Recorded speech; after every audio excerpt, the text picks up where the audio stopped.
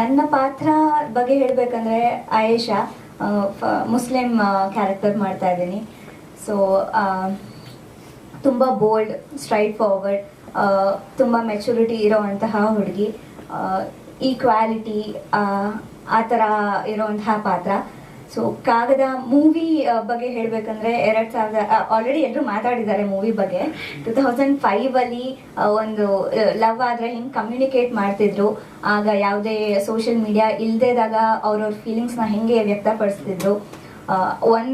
ಅವ್ರೇನಾದ್ರು ಒಬ್ರಿಗೆ ಹೇಳಬೇಕಂದ್ರೆ ಅದಕ್ಕೆ ಎಷ್ಟು ಟೈಮ್ ತಗೋತಿತ್ತು, ಅದಕ್ಕೆ ರಿಯಾಕ್ಟ್ ಮಾಡೋಕ್ಕೆ ಅವ್ರಿಗೆ ಎಷ್ಟು ಟೈಮ್ ತಗೋತಿತ್ತು. ಆ ರೀತಿಯ ಒಂದು ಕ್ಯೂಟ್ ಲವ್ ಸ್ಟೋರಿ. ಅದ್ರ ಜೊತೆ ಇನ್ನ ಬೇರೆ ಬೇರೆ ಕಥೆಗಳು ಇದೆ.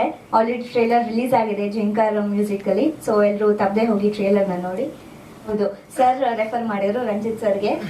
ಒಂದ್ಸಲ ಹೀರೋಯಿನ್ ಹುಡುಕ್ಬೇಕಾದ್ರೆ ತುಂಬಾ ಆಡಿಷನ್ಸ್ ಎಲ್ಲ ಮಾಡಿದ್ದೀವಿ ಅಂತ ಹೇಳಿದ್ರು. ಸೊ ಶಿವಮಂಜು ಸರ್ ಪಪ್ಪಂಗೆ ಕಾಲ್ ಮಾಡಿ ರೆಫರ್ ಮಾಡಿದ್ರು, ಈ ಹುಡುಗಿನ ಒಂದ್ಸಲ ನೋಡಿ, ಒಂದ್ಸಲ ಆಡಿಷನ್ ಅಥವಾ ಲುಕ್ ಟೆಸ್ಟ್ ಗೆ ಅಂತ. ಸೊ ಯಾವಾಗ ರಂಜಿತ್ ಸರ್ ಕಾಲ್ ಮಾಡಿ ಶಿವಮಂಜು ಸರ್ ಪಪ್ಪ ಹತ್ರ ಮಾತಾಡಿ, ರಂಜಿತ್ ಸರ್ ಕಾಲ್ ಮಾಡಿ ಕೂಡ ಮಾತಾಡಿದ್ರು. ಅವಾಗ ಸ್ಟಾರ್ಟಿಂಗ್ ನನ್ನ ಮೇಲೆ ನನಗೆ ಕಾನ್ಫಿಡೆನ್ಸ್ ಇರಲಿಲ್ಲ, ಆ್ಯಂಡ್ ಅಫ್ಕೋರ್ಸ್ ಪಪ್ಪಂಗೂ ಕಾನ್ಫಿಡೆನ್ಸ್ ಇರಲಿಲ್ಲ ದಟ್ ನಾನು ಹೀರೋಯಿನ್ ಆಗಿ ಮೂವಿಯಲ್ಲಿ ಮಾಡ್ತೀನಿ ಅಂತ. ಸೊ ಅದಕ್ಕೆ ಒಂದ್ಸಲ ನೇರವಾಗಿ ಭೇಟಿಯಾಗಿ ಕಥೆನ ಕೇಳಿ ನಾನು ಅದಕ್ಕೆ ಸೂಟ್ ಆಗ್ತೀನಾ ಇಲ್ವಾ ಅಂತ ನೀವೇ ನೋಡಿ ಅಂತ ಪಪ್ಪ ಡೈರೆಕ್ಟರ್ ಸರ್ ಹತ್ರ ಕರ್ಕೊಂಡು ಹೋಗಿ ಅಲ್ಲಿ ಒಂದು ಲುಕ್ ಟೆಸ್ಟ್ ಥರ ಆಡಿಷನ್ ಥರ ಆಗಿ, ಸೊ ಆಮೇಲೆ ಸೆಲೆಕ್ಷನ್ ಆಯಿತು.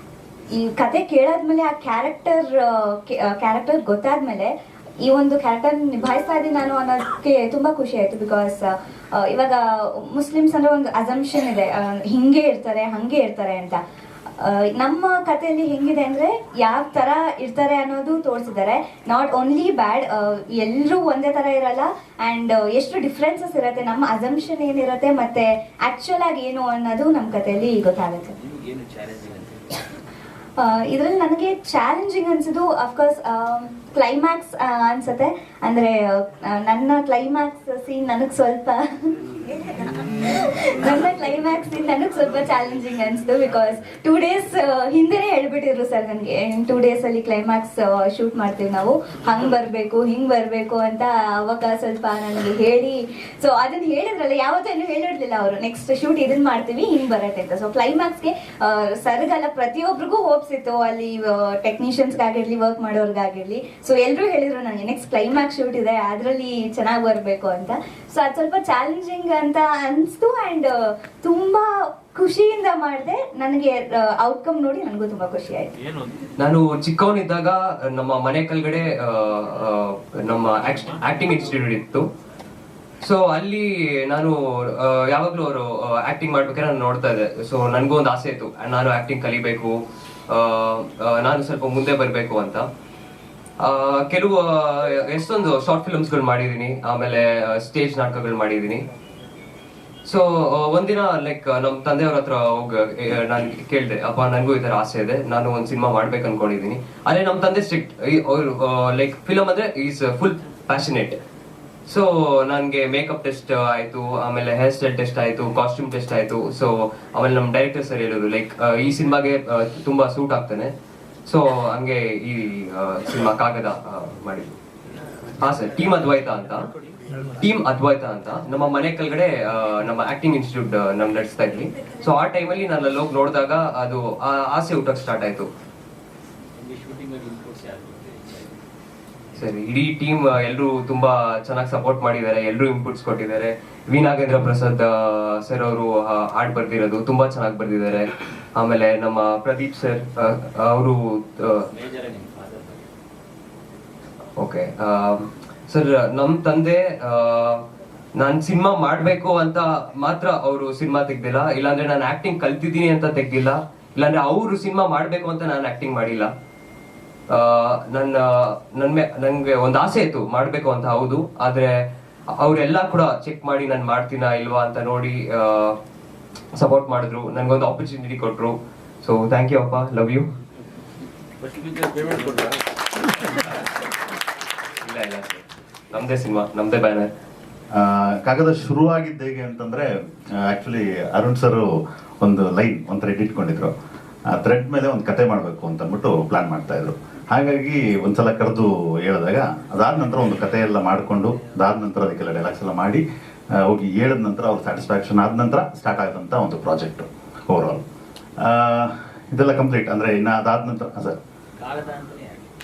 ಸರ್ ಕಾಗದ ಅಂತ ಏನಕ್ಕೆ ಅಂತಂದ್ರೆ ಇದು 2005ರಲ್ಲಿ ನಡೆಯುವಂತಹ ಕತೆಯ ಕಾಲಘಟ್ಟ ಬಂದು 2005 ಆಗಿರೋದ್ರಿಂದ ಆ ಸಮಯದಲ್ಲಿ ಇನ್ನು ಸ್ಟೂಡೆಂಟ್ಗಳ ಕೈಗೆ ಇನ್ನು ಟೆಕ್ನಾಲಜಿ ಆಗಿರಲಿ ಮೊಬೈಲ್ ಆಗಿರಲಿ ಹೋಗದಿರುವಂಥ ಸಮಯದಲ್ಲಿ ಸಂಪರ್ಕ ಸಾಧನವಾಗಿ ಕಾಗದ ಯೂಸ್ ಆಗ್ತಿತ್ತು ಅನ್ನೋ ಕಾರಣಕ್ಕೋಸ್ಕರ ಕಾಗದ ಟೈಟ್ಲು.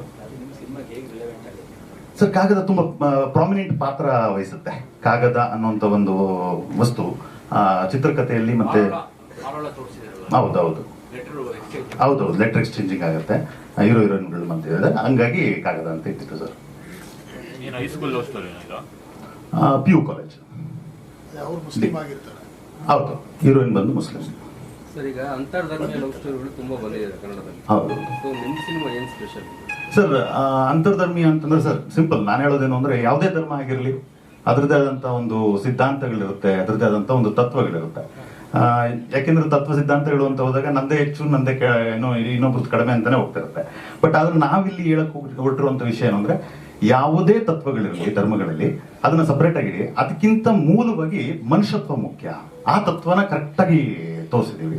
ಅದು ಎಷ್ಟು ಮುಖ್ಯ ಅನ್ನೋದನ್ನ ಈ ಸಿನಿಮಾದಲ್ಲಿ ಆಚೆ ತಂದಿದೆ ಸರ್.